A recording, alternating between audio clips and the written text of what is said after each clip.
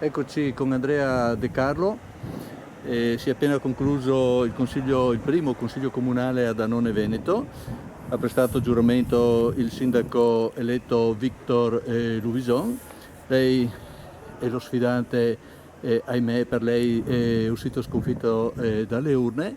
Un consiglio comunale senza colpi di scena. Qualcuno magari si aspettava, ed è qua la prima domanda che le faccio, di parlare di questo casello autostradale che interessa anche Annone.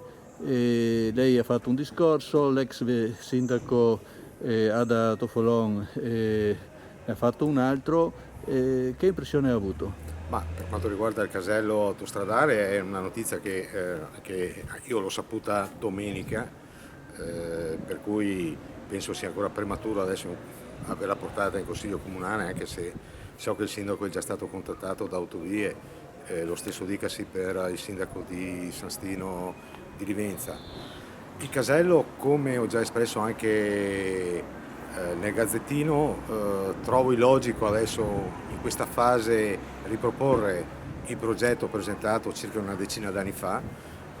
All'epoca si stava ancora realizzando la tangenziale e il sottopasso in uscita dall'attuale casello, per poi entrare in tangenziale non era ancora realizzato.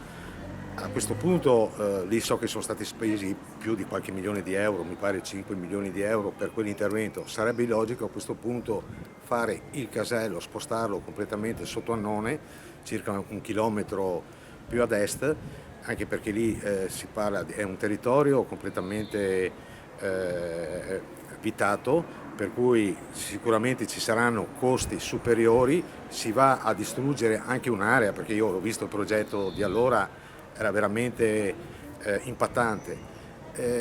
Dall'altra parte dell'attuale casello vi è un'ampia area, penso che potrebbe essere utilizzata quella come Beh, spazio.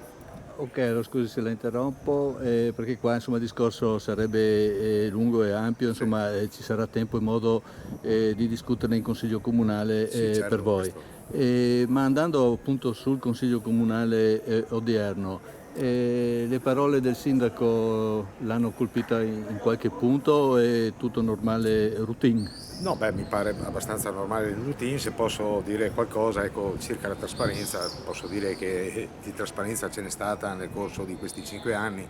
Tutti gli atti sono pubblici, i conti sono pubblici, per cui non riesco a, ecco lì che non colgo questa necessità. Per carità, tutto può essere migliorato, ma comunque Qualche sorpresa nelle nomine di giunta e vice sindaco? O ma anche forse ecco, qua? come ha accennato il sindaco uscente ha dato Folona, probabilmente la nomina per i rapporti con regione e città metropolitana potevano essere tenuti dal sindaco proprio perché il rapporto diretto dell'autorità più importante mi pare sia più corretta. Ecco, Però può questo è il essere punto di anche vista. letto come È chiaro che considerazione maggiore del vice sindaco, anche predisporre il terreno magari prossimo per mandato per carità, qualcosa in più. questo può essere anche, ma forse più che quello è l'aspetto politico, il fatto che il vice sindaco sia chiaramente Della Lega. militante della Lega Nord, per cui forse questo è stato, non so se imposto oppure questa è la soluzione che è stata trovata. Ripeto, ecco, questo è l'unico punto sul quale dopo che abbiamo visto le nomine, ecco, ho Sì, sì, qualche lì abbiamo perplessità. sentito che ha espresso qualche perplessità, avete espresso qualche perplessità. In conclusione, pubblico numeroso, eh, come anche nel mandato precedente, lei si è auspicato che ci sia non solo oggi ma anche nei prossimi consigli comunali.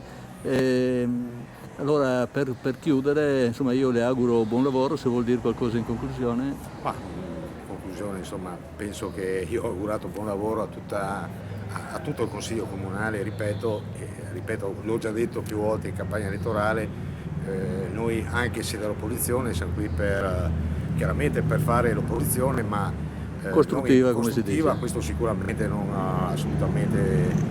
È chiaro che il punto, il filo conduttore è il nostro programma. Guardi, Questo... allora visto che non volevo farle questa domanda, ma insomma gliela faccio. Come mai questa sconfitta così netta, questo divario così no, io l'ho netto? detto anche l'ho detto, i motivi sono stati probabilmente, non è stato solo la questione che da parte della maggioranza, dell'attuale maggioranza, è stata portata avanti in campagna elettorale circa il degrado del comune. Io Sì, però mi più sembra un po' volte ho riduttivo, citato, lei ha messo ma purtroppo erba alta. no, ma questo è stato impattante. Dopodiché, se andiamo a vedere i risultati, le preferenze, sicuramente vi è stato un grosso lavoro di squadra, questo è innegabile, perché non si è mai, a Dannone non si è mai avuto una Ma percentuale. se l'aspettava così, un divario No, così netto? così netto no.